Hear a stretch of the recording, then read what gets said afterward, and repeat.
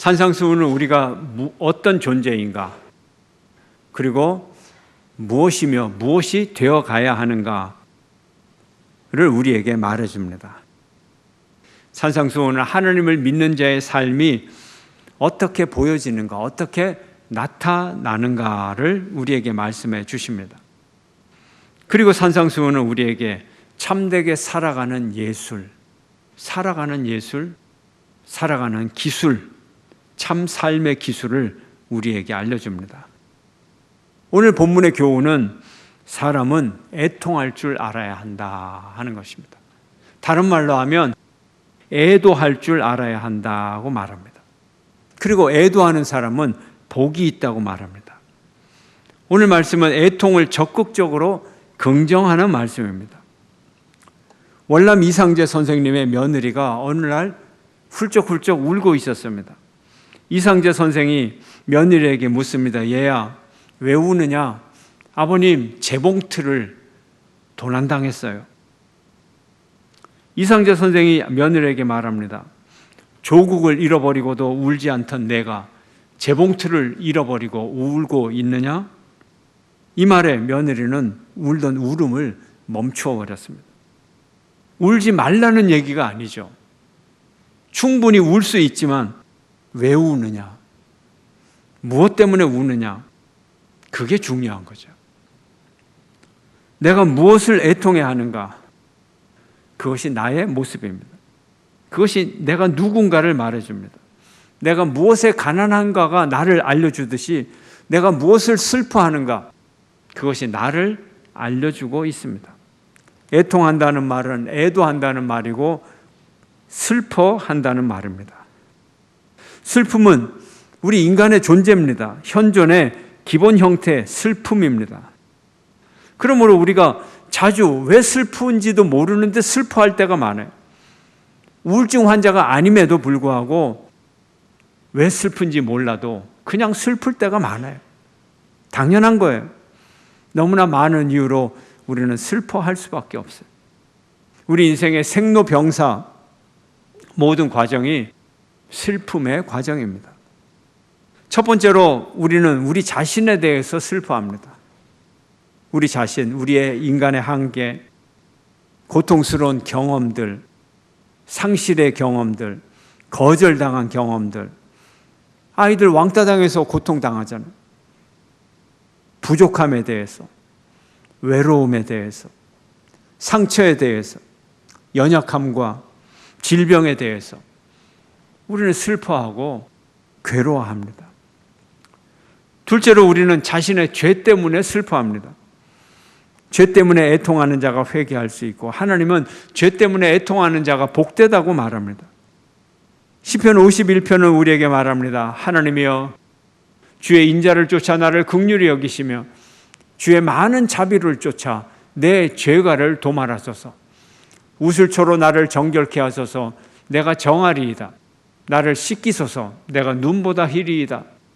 하나님의 구하시는 제사는 상한 심령이라. 하나님이여 상하고 통회하는 마음을 주께서 멸시치 아니하시리이다. 죄 때문에 슬퍼해요. 그리고 세 번째로 이 세상 전체 또는 많은 사람들 때문에 그들에게 닥친 불행을 애통해 합니다. 우리는 우리를 슬프게 하는 이 세상의 일로 슬퍼합니다. 타인의 죄를 슬퍼합니다. 세상의 비참한 모습을 보며 애통합니다. 수많은 재난이 그치지 않습니다. 자연재해와 인재가 끊임이 없습니다. 전쟁과 갈등이 없는 날이 없습니다. 사고가 끊이지 않습니다. 우리를 슬프게 하는 것들입니다. 네 번째로 가장 비통한 애통은 사람들이 더 이상 슬퍼하지 못하는 것에 대한 애통입니다. 2차 세계대전 후에 독일의 대표적인 심리학자인 알렉산더 미철리히와 마가레테 미철리히 부부 심리학자가 책을 썼는데 책 제목이 애도의 무능력입니다. 애도의 무능력. 어떻게 역사 중에 그렇게 잔혹한 일들이 벌어졌을까? 어떻게 그런 일들이 생겼을까? 보니까 근본적인 원인이 애도의 무능력, 사람들이 애도를 못한다는 거죠. 상실로 인한 고통이 있는 곳에서 슬픔은 자연스럽게 생길 수밖에 없어요. 우리가 무언가를 잃어버리면 슬퍼질 수밖에 없습니다. 이건 자연적인 거예요. 그러나 거기에 참된 애도가 있고 진정한 슬픔이 있고 그렇지 않은 슬픔이 있다는 거예요.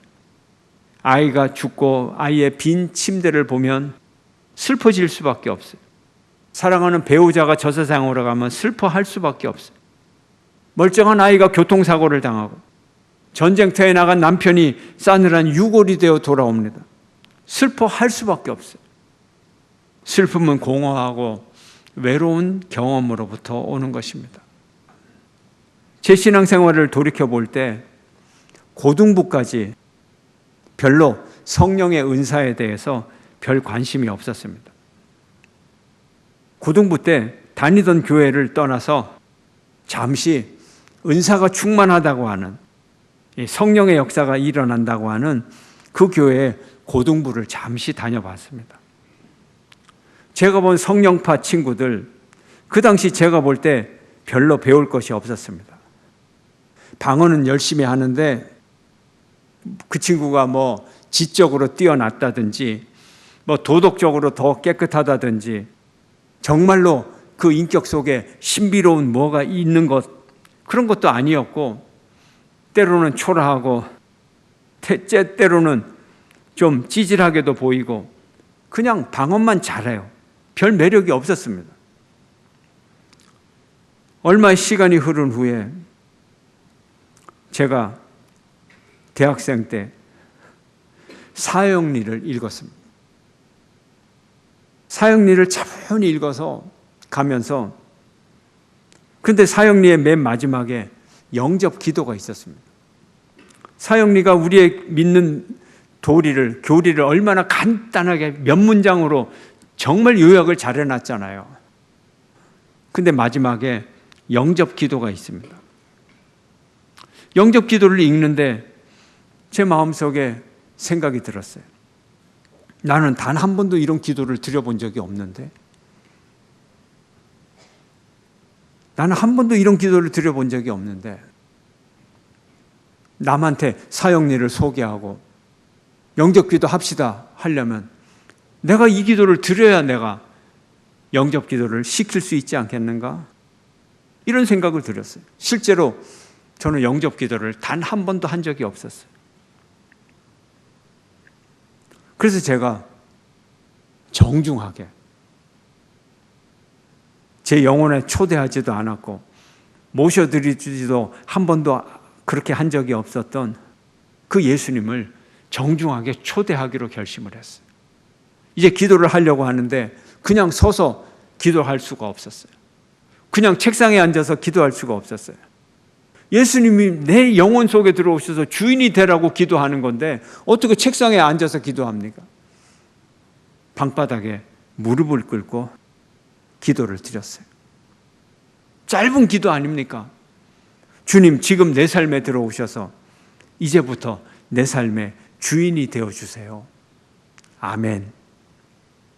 기도했습니다. 아멘이라고 하는 니은자가 끝나기자마자 갑자기 눈에서 눈물이 소나기처럼 쏟아집니다. 사형리 책이 젖을 정도로 굵은 눈물이 쏟아집니다. 그런데 갑자기 온 몸이 흔들리면서 통곡이 시작이 되었습니다. 제가 그전과 지금까지 설교하는 이 순간까지 살아오면서 슬픈 일을 많이 겪었겠죠. 그러나 아무리 슬퍼도 이렇게 이 시간만큼 이렇게 격렬하게 통곡하고 눈물을 흘린 적이 없습니다. 인간적으로 아무런 이유가 없었어요. 주님이 주신 슬픔과 주님이 주신 애통이었어요. 그 이후로 계속 울어요. 길을 가도 울어요. 눈물이 나와요. 정확하게는 기억을 못하지만 한 달인지 세 달인지 아주 긴 기간을 그저 눈물을 흘리면서 그렇게 지냈습니다. 눈물이 하도 나서 버스를 타면 남들이 쳐다볼까 봐 일부러 구석에 가서 서 있고 그런 적이 있습니다. 시간이 지나고 보니 하나님이 저의 얼음과 같은 영혼을 눈물로 녹여주신 것입니다. 얼마나 무정했는지, 얼마나 교만했는지, 얼마나 죄악에 가득 찼는지, 얼마나 타인들을 멸시하며 살았는지, 얼마나 야망과 욕망의 노예가 되어 있었는지, 얼마나 철저히 무장한 죄악을 지었는지, 이것을 하나님이 다 녹여주신 것입니다. 정말 하나님을 만난 사람은 슬퍼할 수 있습니다. 참 하나님을 만난 순간 사람들은 자신의 과거를 회개하고 죄악을 애통해야 합니다. 의미 없이 살아온 자기의 과거를 애통해야 합니다. 눈물을 흘리고 난 결과로 제가 느낀 느낌이 있어요. 따뜻함을 느꼈어요. 내 속이 따뜻해지고 환경이 따뜻해졌어요. 사람들이 편해졌어요. 그전에는 경쟁의 대상이요, 지배의 대상처럼 그렇게 느껴졌던 사람들이 편해졌어요. 부드러워졌어요. 불쌍해 보이기 시작했어요. 안타까운 모습을 보이기 시작했어요. 사실은 내가 변화된 것이지 환경이 변화된 것이나 다른 사람이 변화된 것은 아니었습니다. 사람이 슬퍼할 수 있는 능력은 위대한 능력입니다. 더군다나 타인을 위해 슬퍼할 수 있는 능력은 더 위대한 능력입니다. 우리가 슬퍼할 수 있는 것은 엄청난 축복입니다. 우리는 과연 슬퍼할 수 있습니까? 우리에게는 약속의 말씀이 있습니다. 눈물을 흘리며 씨를 뿌리는 자는 기쁨으로 거두리로다. 울며 씨를 뿌리러 나가는 자는 정녕 기쁨으로 그 단을 가지고 돌아오리로다. 계시록은 우리에게 말합니다. 하나님은 친히 저희와 함께 계셔서 모든 눈물을 그 눈에서 씻기심에 다시 사망이 없고 애통하는 것이나 곡하는 것이나 아픈 것이 다시 있지 아니하리니 처음 것들이 다 지나갔음이로라. 사람들은 무엇이 복되다고 합니까? 소유가 많고 건강하고 힘이 있고 이 사람을 복되다고 합니다. 모든 사람은 슬퍼하는 사람보다 명랑한 사람을 좋아하고 낙관적인 사람을 좋아하고 행복한 사람을 좋아하고 웃는 사람을 좋아하고 보통 사람들은 슬픔을 보이기보다 즐거움을 보이기를 위해 가장할 경우가 많습니다. 세상의 축복의 문장이 뭡니까? 즐거워하는 자가 복이 있나니 그의 즐거움은 이 세상의 모든 성공의 열쇠가 될 것이다. 이게 세상의 언어죠. 그러나 예수님은 우리를 우리 인생의 더 깊은 곳을 바라보게 하십니다. 예수는 우리 속을 바라보셨어요. 소유를 많이 한 사람을 보니까 그 영혼이 소유욕의 노예가 되어 있고 강하게 보이는 자들의 속을 보니 겉모양만 강하다는 것을 예수님은 보셨습니다. 육체적으로 행복한 사람도 영적으로 불행한 것을 예수님은 보았습니다. 예수님은 그 영혼의 비통함과 고난을 보셨습니다. 신약성서를 보면 예수님은 웃으셨다는 구절이 단 한 구절도 없습니다. 그저 웃었다는 표현과 비슷한 표현, 예수님이 기뻐하셨다. 딱 한 번 나옵니다. 요한은 대조적으로 예수님께서 눈물을 흘리셨다, 슬퍼하는 모습은 여러 번 기록이 되어 있습니다. 예수님은 나사로의 죽음 앞에서 우셨습니다. 애통은 죽음의 현실 앞에서 애도하는 것입니다. 예수님은 나사로의 죽음 앞에서 슬퍼하는 사람들의 모습을 보면서 심령을 비통히 여겼다. 그리고 불쌍히 여겼다. 이렇게 말씀하고 계십니다. 심령의 비통의 여김. 이게 뭘 뜻하는지 아십니까, 여러분? 심령의 비통함. 원어의 뜻은 보면 아주 격한 감정으로 분노를 느끼면서 부들부들 떨고 있는 거예요. 근데 분노의 감정 때문에 예수님이 부들부들 떠는 것이 아니라 슬픔의 감정 때문에 부들부들 떨고 있는 거예요. 예수님이 나사로의 죽음 앞에서 눈물을 흘리시면서 온 몸을 떨면서 부들부들 떨면서 헉헉거리면서 통곡하는 모습, 그 모습을 보여주셨어요. 왜 그럴까요? 하나님의 형상으로 창조함을 받고 온 우주 만물을 다 다스리고 그러한 하나님을 대신하여 온 우주를 다스려야 할 그 위대한 존재가 죄의 지배 아래 죽음을 당하고 죽음의 패배 가운데서 슬퍼하고 눈물 흘리고 폐잔병의 모습을 보이는 그 인간의 현실이 예수님이 도저히 참을 수 없는 슬픈 현실이었던 거예요. 죽음을 극복할 수 있는 인간이 죽음의 노예가 되고 패배자가 되어서 우리 오빠가 죽었어요. 온 동네가 슬퍼하고 괴로워하고 그 모습이 예수님이 더 슬퍼했던 모습인 것입니다. 예수님이 굳이 인간의 몸으로 이 땅에 오시지 않으셔도 됩니다. 예수님은 어떤 모습으로 이 땅에 오셔도 우리를 구원해 주실 수 있습니다. 하지만 예수님은 우리를 사랑하셔서 우리와 똑같이 되셨습니다. 우리와 비슷하게 되신 것이 아니라 똑같이 되셨습니다. 똑같이 느끼고 똑같이 공감하고 똑같이 사랑하고 똑같이 슬퍼하시고 우리 인간의 절망에까지 똑같이 절망에 깊이 떨어지셨습니다. 똑같이 애통하셨습니다. 왜요? 진정으로 사랑하셨기 때문에. 우리가 애통할 수 있다는 것, 큰 은총입니다. 애통함이 우리에게 있다는 것이 복입니다. 애통이 애통으로 끝난다면 우리 인생은 허무합니다. 우리 애통을 위로하시는 하나님이 계시기에 우리는 이 애통을 통해서 하나님께로 나아가는 큰 은총을 얻을 수가 있는 것입니다. 하나님은 우리에게 큰 믿음을 바라지 않아요. 슈퍼 믿음을 바라지 않아요. 초월적 믿음을 바라지 않아요. 진실함을 바라십니다. 우리가 슬플 때 슬퍼하고 아플 때 아파하고 괴로울 때 괴로워하고 눈물이 날 때 눈물이 나오고 원망할 때 원망하고. 그런데 여러분, 우리의 자녀 중에 슬픈데도 슬프지 않은 척하는 그런 자녀가 있다면, 슬픈데 슬퍼할 수 없는 자녀를 본다면 그 자녀를 보는 부모의 마음은 더 아픈 거예요. 슬퍼하지도 못하는 아이가 얼마나 큰 상처를 받았겠어요. 그렇습니다. 우리의 아픈 마음과 하나님의 아픈 마음이 만나는 곳에 우리의 애통이 있는 것입니다. 이것이 바로 애통함의 은총인 것입니다. 우리가 애통을 가지고 하나님께로 나갔을 때 우리는 그곳에서 하나님의 위로를 경험하게 되는 것입니다. 하나님은 우리를 바라보시며 함께 울고 함께 슬퍼하고 함께 애통하고 계시는 것입니다. 하나님을 사랑하고 사람을 사랑하기에 하나님 없는 현실 앞에서 우리가 느끼는 아픔과 슬픔은 더 큰 것입니다.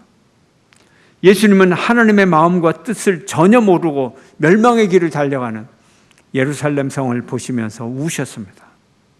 감람산에서 슬퍼하셨습니다. 이 예수님의 우시는 모습 속에서 우리는 예수님을 더 깊이 알 수 있습니다. 인생의 깊은 곳에 오시는 예수님을 우리는 더 잘 알 수 있기 때문입니다. 예수님은 슬퍼하는 자와 고통을 당하는 자가 행복하다고 하셨어요. 더 복되다고 하셨어요. 이 세상에서 슬퍼하고 이 세상에서 고통을 당하는 자는 더 이상 이 생의 의미를 이 세상에서 찾지 않고 하나님에게서 찾을 것이기 때문입니다. 슬퍼할 수 있는 것이 축복입니다. 그러나 더 큰 축복은 슬퍼하는 사람과 함께 슬퍼할 수 있는 것입니다. 그리고 이보다 더 큰 최고의 축복은 슬퍼할 수 없는 사람을 위해 슬퍼하는 것입니다. 튀르키예 사람들은 지진을 당하는 순간 놀라 절규하며 외쳤습니다. 그들의 절규를 우리는 동영상을 통하여 다 보고 들었습니다. 그러나 지금은 이제 그 사람들은 울음소리도 줄어들고 너무나 슬픈 현실에서 더 이상 눈물도 흘리지 못하는, 더 이상 애도할 수도 없고 애통할 수도 없고 눈물도 흘리지 못하는 그런 삶을 그들이 살아가고 있습니다. 지금은 우리가 그들을 위해 애통해야 합니다. 예수님은 이 세상의 고난을 다 당하신 분입니다. 그리고 애통해 하시되 자신의 고난 때문에 애통하시지 않으시고 인생의 구원을 위해 애통해 하셨습니다. 예수님이야말로 행복한 분이셨고 예수님이야말로 이 행복을 전할 수 있는 분입니다. 예수님께서 친히 우리의 고난을 경험하셨기에 우리에게 진정한 위로자가 될 수 있는 것입니다. 네 번째로 예수님은 우리의 애통에 진정한 의미를 부여하십니다. 그리스도의 고난은 우리의 슬픔에 의미를 주기 위한 것입니다. 우리는 우리의 부족 때문에 슬퍼하고 우리의 한계 때문에 슬퍼하고 도무지 우리가 당하는 슬픔의 원인을 설명하려고 해도 알 수 없을 때 우리는 슬퍼합니다. 이때 예수님은 우리에게 오셔서 이 슬픔의 의미를 부여해 줍니다. 나의 현재의 모든 슬픔이 새로운 의미를 발견하는 곳, 그곳은 예수님의 십자가와 부활의 사건입니다. 예수님의 십자가는 인간의 모든 애통과 슬픔과 고난이 농축된 사건입니다. 예수님은 눈물로 예수님의 발을 적신 여인의 죄악을 용서하셨고 그 여인을 용납했고 그 여인을 도와주었고 그녀 자신의 한계를 인정했고 그녀의 죄로부터 자유함을 선포했습니다. 딸의 죽음을 슬퍼하는 회당장 야이로의 눈물을 웃음으로 바꾸어 주었습니다. 예수님은 우리의 죽음 앞에서 눈물을 부활의 기쁨으로 바꾸어 주십니다. 예수님의 눈으로 보면 우리 자신의 슬픔이 보입니다. 우리 자신에 대한 슬픔, 항상 반복하여 고통스럽게 경험하는 한계들, 실망들, 채워지지 않는 기대들, 이런 것들을 새롭게 바라보게 해 주십니다. 그리고 다른 사람들의 비참함, 다른 사람들의 불행, 그들의 고통, 그들의 슬픔, 그들을 바라볼 수 있게 만들어 주십니다. 성령께서 우리와 함께 하시면 우리들은 두려움 없이 우리의 슬픔을 바라볼 수 있습니다. 슬픔은 우리의 삶의 더 깊은 곳으로 들어가는 심층의 길인 것입니다. 슬퍼할 줄 모르는 자의 삶의 깊이와 존재의 깊이를 우리는 경험할 수가 없습니다. 그러나 슬퍼할 때 우리는 삶의 깊이를 바라볼 수가 있는 것입니다. 사도 바울은 말합니다. 즐거워하는 자들과 함께 즐거워하고 우는 자들과 함께 울라. 애통은 극도의 고통입니다. 애통하는 것은 간절히 소원하는 것입니다. 애통은 정열입니다. 애통은 나의 삶의 전체입니다. 애통의 능력은 살아갈 수 있는 능력입니다. 애통은 삶의 에너지입니다. 애통은 삶의 원동력입니다. 슬퍼하는 자는 복이 있나니 저가 이미 건강한 인격을 가졌기 때문이라. 슬퍼하는 자는 복이 있나니 저가 사랑할 수 있기 때문이라. 이웃의 고통을 위하여 애통하는 자는 복이 있나니 저가 참사랑을 하기 때문이요. 슬퍼하는 자는 복이 있나니 저가 고난의 의미를 알기 때문이요. 고난의 의미를 깨달은 자는 복이 있나니 저가 의미 있는 생을 살아가게 될 것이며 고난을 지고 예수를 따르는 자는 복이 있나니 저의 눈물이 변하여 즐거움이 될 것이요. 애통하는 자는 복이 있나니 저가 위로를 받을 것이며 여러분 모두가 애통의 능력을 갖기를 축원합니다. 사랑의 능력을 갖기를 축원합니다. 고난의 능력을 받으시기를 축원합니다. 하나님의 위로가 함께하는 여러분의 애통이 되기를 주의 이름으로 축원합니다.